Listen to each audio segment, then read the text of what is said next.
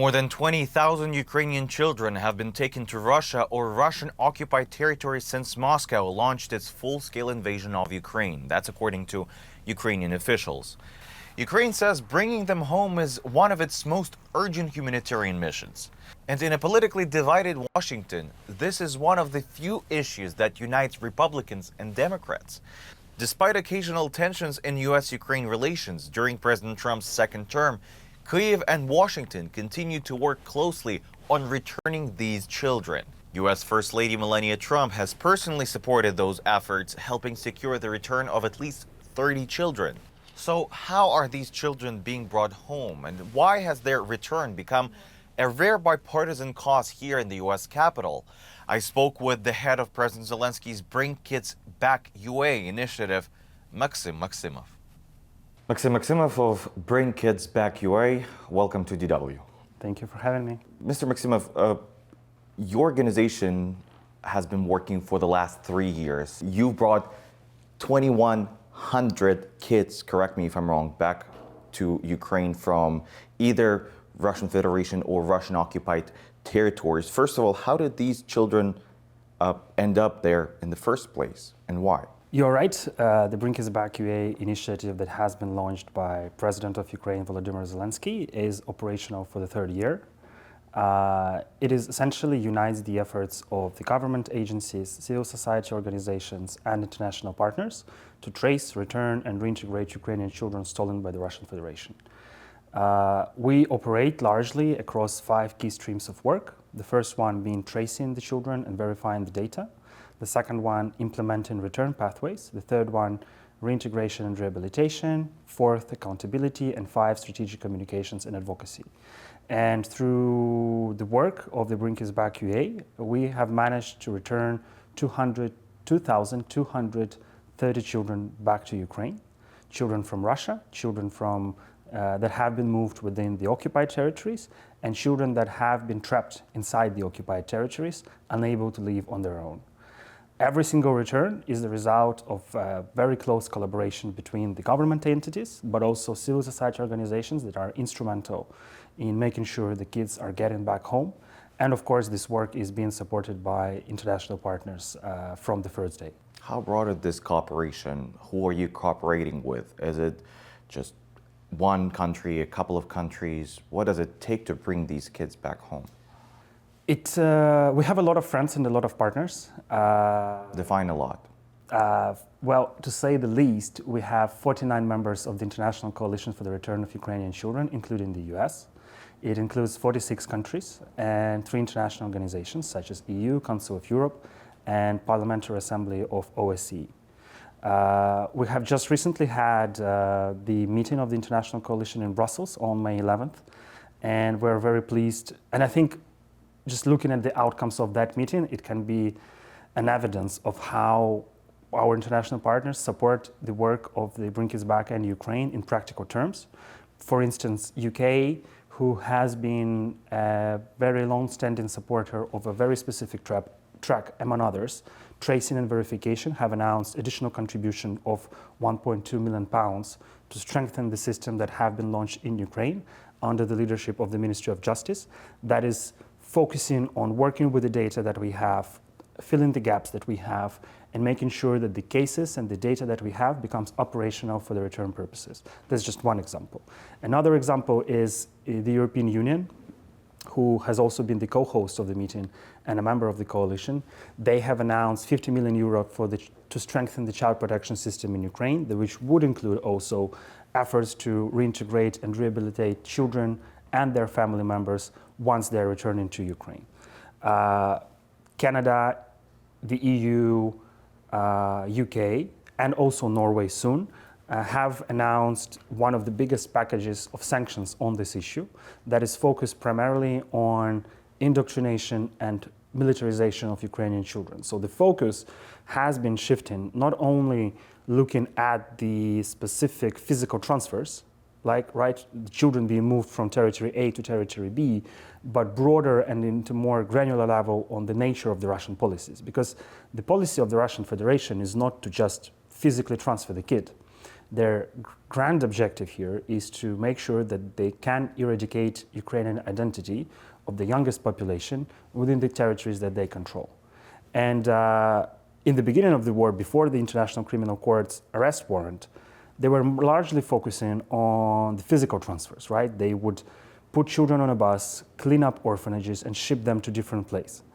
But then there was the arrest warrant by the International Criminal Court, and that brought Russia and their authorities a lot of public scrutiny.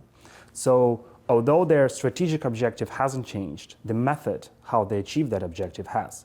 And instead of focusing on these mass abductions and physical transfers of kids, they are reprogramming children on the spot. And how do they do that? Well, unfortunately, there is a very sophisticated system within the occupied territories of indoctrination and militarization of young people. It starts at school, where children are only studying under Russian curriculum that explains to them how strong and mighty Russia is, and makes children absorb the Russian ideology and understanding of the world. They're visited by the former soldiers of the Russian armed forces who come to school and tell them about their achievements on the front line, and basically indirectly recruit the children to then further enlist in the army. By the age of 14, every single Ukrainian child within the occupied territory is forced to receive a Russian passport. So they become the Russian citizens. And then that coupled with re-education camps across the occupied territories and in Russia, where they are taught to operate drones, where they're taught to march in military formations. So we're talking underage kids here. Of course. We're not talking adults. That is, Russia has built the system and the network of various paramilitary organizations, such as UNARMIA, such as the Movement of the First, where they call it patriotic education, but it is essentially militarization. And by the time that kids, especially boys, reach the age of 18, then they're forced to enroll into the Russian army and fight against the country they were taken from. And all of that just to have them on the front line at the end of the day. Absolutely. That's their... I would say that they have these two strategic objectives, and one reinforces the other one, right? The first one is to have a person who would be sent to frontline. It makes your job much easier if you can work with their self-awareness and understanding of the world. If you make that person and force that person to believe in the grand image of Russia as a mighty power, if you make these children believe that Ukraine is a bunch of Nazis who are eating children and all that nonsense, then you believe that all the evil in the world is coming from the West, the Europe, the United States, and that NATO is the worst thing that ever happened. But there is also this loving, nurturing Russia that is taking care of you. That results, at the end of the day, for the enrollment into the army process becoming much, much easier. And just, if I may, just a couple of examples of how militarization works sometimes. There have been 3 boys from Melitopol. It's in the south of Ukraine. And these 3 boys were detained and then later charged on fabricated charges with espionage. They were tried in court as Russian citizens. They received the guilty verdicts, and then of the imprisonment of 8 to 10 years each. But they were given an offer. You can enroll into Russian army, sign a contract, and then you won't serve a time in prison. So essentially, Russia is building this pipeline of militarizing the children, whether that's through education, whether that's through coercion, whether that's through legal means like imprisonment, so that at the end of the day, they would have people who would be sent to fight against Ukraine today and tomorrow against the West.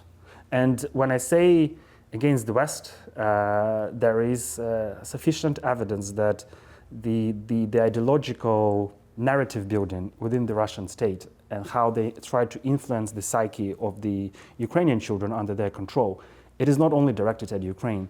When Izum in Kharkiv region was liberated, the Ukrainian authorities and the non-governmental organizations, they found at schools the school books materials. And it says blatantly and very directly that this war is against the West, it's against the US, it's against Europe, and that is what the Russian army is fighting. Not even Ukraine, but it's fighting the West in Ukraine. But that basically repeats the Russian propaganda machine, like to the T. But say you bring those kids back home to Ukraine. They've been indoctrinated, as you said. First of all, have you spoken with those kids? And what do you see, what do you hear from them? Because these are not the same kids as they used to be before they were abducted by the Russian Federation. And how do you convert them back, if I may? We do not do conversion back or deprogramming as such. You are absolutely right that the children that have been returned do suffer severe mental consequences of being indoctrinated, being brainwashed.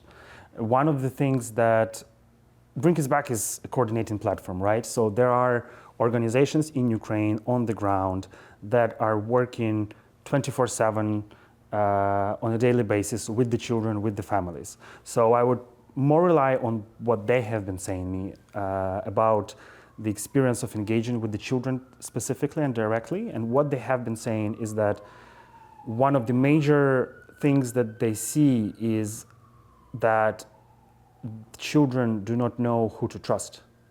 They lack this trustfulness because let's take a teenager who was 14 at the age of, or 13 at the beginning of the full-scale invasion, right?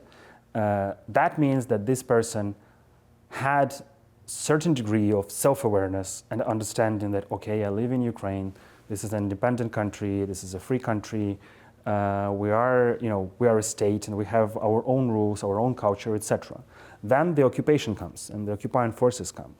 And not only you're not just encouraged to believe in different things, you are made believe into different things. And if you disobey, if you still, talk in Ukrainian, if you want to study in Ukrainian school, if you want to go to Ukrainian church, you are punished. So that results in the situation where they have been forced to believe in certain things that they wouldn't believe otherwise, and then they are returned back to Ukraine. And then they're again in a situation when the reality is again different from what they used to believe in 4 years while they were in the occupation. But the approach that we do take is not deprogramming or re-indoctrinating the children, right? It's more about building that trust. It's making sure that the children go to school, that they find friends, that they study with their peers, that they do have hobbies, that they receive the psychological support that they need, and basically they again can have a proper childhood. And having proper childhood with friends around, with parents around who are taking care of you, in a good school, not needing to worry about your basic needs to be covered, in the long run, that leads to reintegration and rehabilitation. So it takes years to achieve. It does. And you essentially use soft powers to achieve that end goal. There is a system in Ukraine, or a very well-defined and tested algorithm of what happens to every single child who is returning from either Russia or occupied territories, temporarily occupied territories. First thing that happens is that their needs are being assessed. There is an interview conducted in a child-friendly environment and by psychologists and other professionals. And then the first thing that comes up is what we call an individual production plan. That is basically a document that outlines the needs of a child across different areas of life. So let's say psychological needs, then we need to identify psychologists who will be providing psychological support. Then the person needs a boy or a girl, they have some medical issues, an injury, or they need a procedure, then the Ministry of Health would be engaged into that process and providing those services. They need to be enrolled in school, or they need to have some catch-up classes because they got delayed in terms of Ukrainian education system, then they would be put in school, they would have a mentor who would sort of look after them and make sure that they're integrated in school environment, and so on and so on and so on. Across different areas of life, we need to make sure that they have where to stay, we need to make sure that they are placed within the family environment, whether that's biological family or family-based care. And then for every single child, there is a case manager appointed who would be coordinating the process of reintegration and basically getting back to life. Just last week, 15 kids returned back to Ukraine. Can you walk me through this process from A to Z? Because it seems it's very complex. You've just mentioned some British partners who are helping you to identify the kids. What does it take to identify and then bring that child back to Ukraine? Yeah, you are probably referring to the latest return that was implemented by Save Ukraine of 15 children. And actually just today, 4 more children were returned by another organization, UCRN. Unfortunately, I won't be able to walk you through this process because the publicity to the operational details of the returns is not always helpful, and it actually would much more hurt than help. What I can say, though, is we can look into the first element of it, because to return the kid, you need to identify the kid and you need to trace the whereabouts of the kid. And that is a very complicated process. And the complication of that is caused primarily by the fact that Russia is not sharing information to Ukraine, to any international organization. Moreover, they're not only not collaborating in good faith, they're doing the opposite. They are obstructing the process of tracing to the extent possible by moving the kids across different locations, by issuing them Russian passports, and issuing them Russian passports already changes their name. So it already makes it much more difficult to trace them only by that fact. Because before it was Petro Petrenko, and now he gets a Russian passport and he is Petr Petrenko, and it's a different person. How do we find that? So we generally rely, except for, it depends on the case, obviously, but in many cases we rely on the reports and the applications from parents, from family members, from other witnesses, but sometimes, also quite often, we construct the case largely based on indirect evidence. So there would be a media article somewhere about the children from Ukraine going to some, Christmas tree event somewhere in Rostov. And from that we can construct, okay, these are children, how did they end up there, where are their parents, etc., and that's how the process can start. And through different other means. There could be investigations by independent organizations, and to find the kid, you need to have operationally relevant data, and in light of basically zero cooperation from the Russian government on this issue specifically, this makes our job much easier, much more harder. One would ask, why would they cooperate if they stole those kids from Ukraine? But we're not going to delve into the technicalities here, but how much of resources does it usually take to identify and bring children back to Ukraine?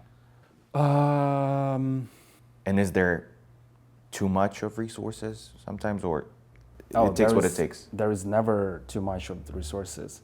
The resources are always needed, because bring kids back in 2026, we are, I would say and argue, in a very different position from where we were in 2023, 3 years ago. Because throughout these 3 years, if you take any of the major work streams that we've been working on, whether that's tracing or returns or integration, we've tried and tested many things. And by now, we do understand which of them work well and which of them probably haven't worked out as we wished. So we do know how to trace the kids right now, how to find data. And just for, as an example, in last year in New York, when there was a leader-level meeting of the International Coalition, we've launched the pilot tracing mechanism that is supported by our partners. And through that only element and through that only initiative, 1,300 children locations have been identified in 6 months, and 600 newly identified children were documented as being stolen, about the ones about which we didn't know before. The same applies to the work on returns, the one that is being done by the non-governmental organizations of Ukraine. They have been working in this field for years now, and they know what they're doing. They have demonstrated what they're doing by results. And if they get more resources to do their work, then they basically return more children. How many kids do you believe are still in the Russian Federation or Russian occupied territories? The reality is that only Russia knows how many children they have of Ukraine under their control. As I said, they're not sharing any data with anyone. What we can operate with is, so under the information from the Ministry of Justice, who run the registry, they have verified more than 20,000 cases of deportation and forcible transfer. But the Russians themselves, back in 2023, said that they have welcomed 744,000 Ukrainian children into Russia. And at the same year, they've also provided a report to the UN Committee on the Rights of the Child, where they said that they have issued Russian passports to 46,000 Ukrainian children. That was in 2023, essentially 3 years ago. It is estimated by Ukrainian human rights organizations that roughly 1.6 million Ukrainian children live within the territories under the Russian control. So all of those children are at risk. All of those children are suffering from the Russian policies of indoctrination and militarization on a daily basis, and we are going to be fighting for every single one's return. There's been some tumultuous moments in the US-Ukraine relations so far, yet the topic of bringing abducted Ukrainian children from the Russian captivity is something that unites, at least from what I'm hearing, both Republicans and Democrats on the Hill. It got the receptive ear in the White House. How much of help has the United States been here? United States have been very helpful. They have been the member of the international coalition since its foundation, so it's from the very beginning. I will probably start by highlighting the role of the First Lady of the United States, Melania Trump. First thing that she did, which is of paramount importance, is that she raised the visibility of this issue on a global scale by sending a letter to the Russian president, by speaking about this issue, and that in itself already helped move the needle into the right direction. It happened almost a year ago, and Mrs. Trump essentially said that children, the innocence of children, stands above geography, above government and ideology. And that happened when President Trump was meeting Vladimir Putin in Alaska. Why do you think it's so important to her, even one would call it personal? I think this issue, I think it's quite universal, and everyone can relate to it in some shape or form, that stealing other countries' children is not okay. I think whatever your view on other policy areas, right, or on the whole aggression of the Russian state against Ukraine, you can probably debate some of the things, but you can't really debate that stealing children, indoctrinating them, brainwashing them, and sending them to fight at the front line against your own people is an okay thing to do. I think that just strikes people on a very emotional level. Everyone can relate to that. And I think that is exactly why this issue, I would assume, exactly why this issue is so important to the First Lady of the United States. And we're very grateful for that attention that this issue has been receiving since First Lady's involvement. And more than that, the direct involvement of the First Lady of the United States has already contributed to the return of more than 30 children to Ukraine. So these are 30 children who have families, who have been in Russian captivity, and today they are in Ukraine, in the country that they love, with the people that they love. And this is very important, and we're very grateful for that. It is also important to say that we can see that this issue also gets a lot of support also from the government.